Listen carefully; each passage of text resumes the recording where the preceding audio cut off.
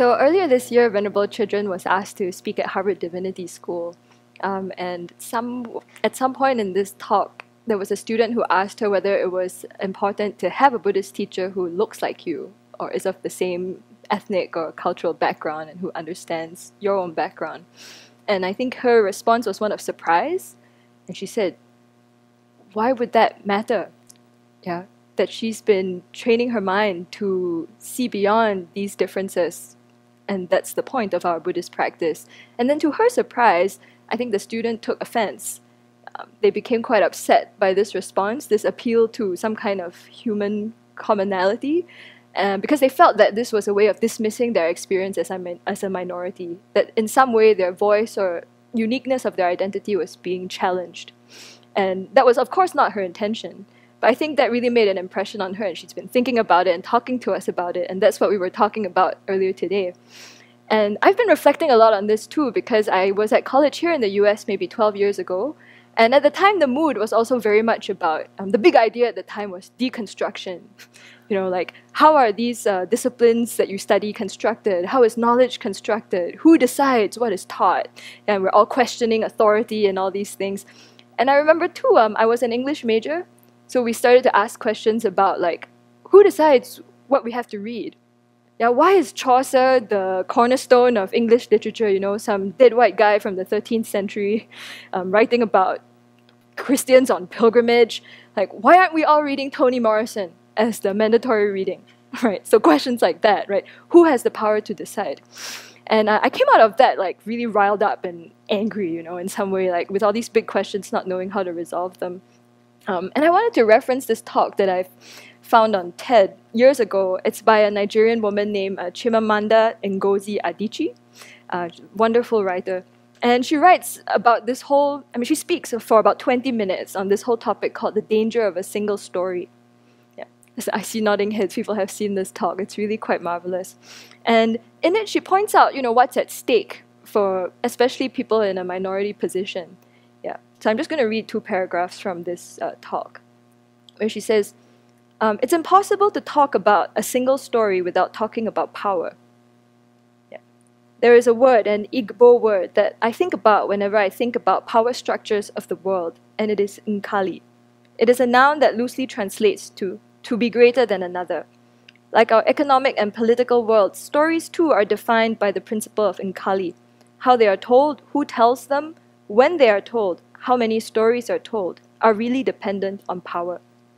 Power is the ability not just to tell the story of another person, but to make it the definitive story of that person.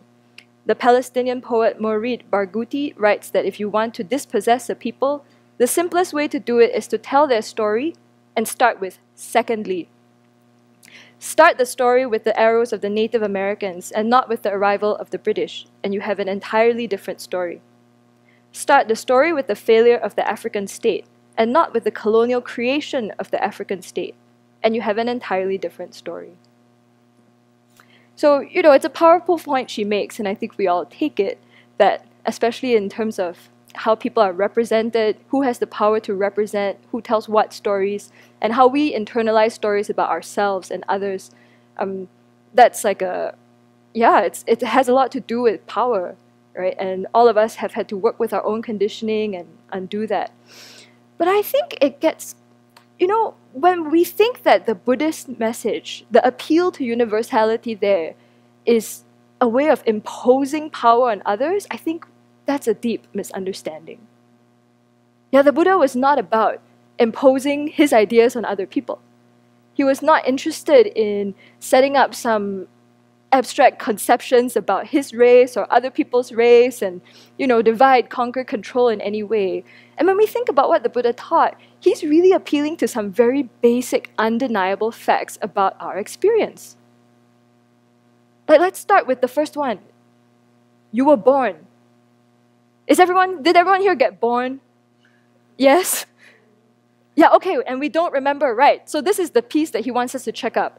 Was it a pleasant experience? We don't remember, right? Then you read the descriptions. You get pushed through a birth canal and shoved into this environment, and you suddenly have to start breathing air. Pleasant, not pleasant? Was it pleasant for your mom? Talk to her, right? So that's one. Undeniable. Universal. We were all born. Was it a fun experience? Check up. Right? The next one, are we all aging? Fun, not fun? Talk to me in 20 years. Right? Do we fall sick? Anyone here who's not gotten sick? Are we all going to die? I mean, there's a part of us that thinks maybe not me. But again, you know, we know we're all moving in that direction. That's a universal experience.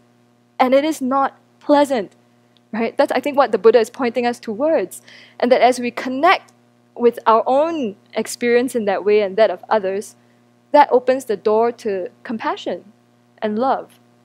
Yeah, it's not about fabricating an identity or imposing ideas on others. I think when as Buddhists we try and reach for what is our basic common human experience and try and understand its nature. And also, I mean, what else is the Buddha trying to get us to look at, right? We have bodies, correct? We all do. I see embodied beings in front of me right now. Is this thing clean? Doesn't matter what color it is, how old or young it is. Stuff comes out here, here, here, here, here. If it doesn't come out here, you're in trouble, right? Is it clean? And yet, we want to hug it, we want to hold it, we want to kiss it. Does that actually bring us joy? Right, so those are the basics of human experience he's getting us to test. Yeah, that's the 4 establishments of mindfulness, right? Mindfulness of the body. And then he gets us to check up. What about our feelings? Pleasant? Unpleasant? Neutral? What is their nature? Is anyone here everlastingly happy? From eating that one piece of chocolate cake, did your pleasure last longer than mine? Or did it disappear in about 10 seconds, 2 minutes? And then you had to go back and have the other piece of chocolate cake again. And then it winds up here. So yeah, about our feelings. Again, they're all in the nature of impermanence and unsatisfactoriness. And then the Buddha gets us to look at our minds. So this one I find very interesting. Yeah, like regardless of what we look like on the outside, he's saying all of us have greed, anger, and ignorance. True or not true? I mean, we got to check up on this one, right? I really do think that is, most unfortunately, right, a very basic part of our shared human experience. No matter what we want to dress ourselves up as or say or sound intelligent, whatever, underlying that is our fundamental ignorance of how things exist. And on that basis, we exaggerate qualities of things or we project qualities that are not there. We think they are so wonderful and everlastingly fantastic and they turn out not to be. We think someone is scum of the earth and worst ever, and that's not the reality at all. Right? And then on that basis, we hallucinate. And then that's how we go about our lives and create a lot of karma and experience those results. So that's what the Buddha is trying to get us to look at. And then, of course, the mindfulness of phenomena. Knowing that all these different aspects of our mind, right, these mental states that come and go, are not inherent in the mind. Yeah, there's greed and there's anger, and there are tools to eradicate them completely. And that is true of every single human being. And other sentient beings too, yeah, depending on, we go beyond the idea of even human beings. Right? We're going beyond that to say all beings with a mind can develop that. Yeah, so there are tools to get rid of our anger and our greed. And all of us are capable of developing infinite love and compassion. And that's why we train our minds to familiarize ourselves with a state of mind that loves every single being that shows up in front of us, from small bugs to, fill in the blank, name the politician, whatever, person who harmed you when you were 7. So, that universal appeal, I think that's what Venerable Children was trying to put forward, And it's kind of sad that it got all mixed up with this conversation that's really happening on a totally different paradigm about like the politics of representation, who has the power to decide what is universal, what is not. I mean, that is an important conversation and people need to have it. And what she's appealing to in terms of the Dharma and what we're trying to work with in our practice is a whole different understanding of what's universal here. Yeah. And it's not about dismissing other people's experience, but it's about really reaching for what is the basic difficulty we have every single day, learning to recognize it and knowing that we can transcend that and be much more than that. So yeah, those are the thoughts I have on this topic for now. And that's why I think I decided not to become a writer and to become a nun.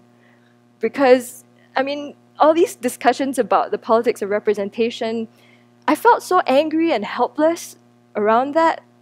I mean, I was just struggling for tools to how to deal with all this anger that was coming up.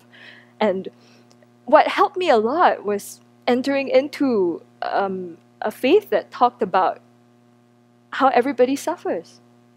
That even if people have the power to tell your story, to decide how other people view you, they are suffering too. And when we look in the hearts of the very powerful, I don't know, their lives are pretty miserable. And I don't think they're gonna, people who spend their lives oppressing others, I mean, you know, that's just such a general way of putting it, right? Like, oh, the oppressor, that's all they do all the time. Yeah, they don't brush their teeth or go and do their laundry or have children or hug their kids and so forth, right? Like when we see people in that way, so fixed, those oppressors, I, the victim, my story not told, you must redress history, retell story, lift censorship, undo all this suffering I'm going through. Like that whole dynamic was just not working out for me. And looking into the hearts of people I called oppressors, who turned out to be maybe myself and my family members too, made me understand that, yeah, it's when we connect with our universal human experience in that way, it was much more liberating and hopeful for my mind. So yeah, that's what I want to hang on to. Whether or not I know it factually right now, I do want to believe that all of us are capable of Buddhahood. And that's something all of us need to check up and test for ourselves, that all of us have that capacity. Whatever form we take right now in this life, as long as we have met the Dharma and continue to put it into practice, we all have the ability to become infinite love, compassion, and wisdom.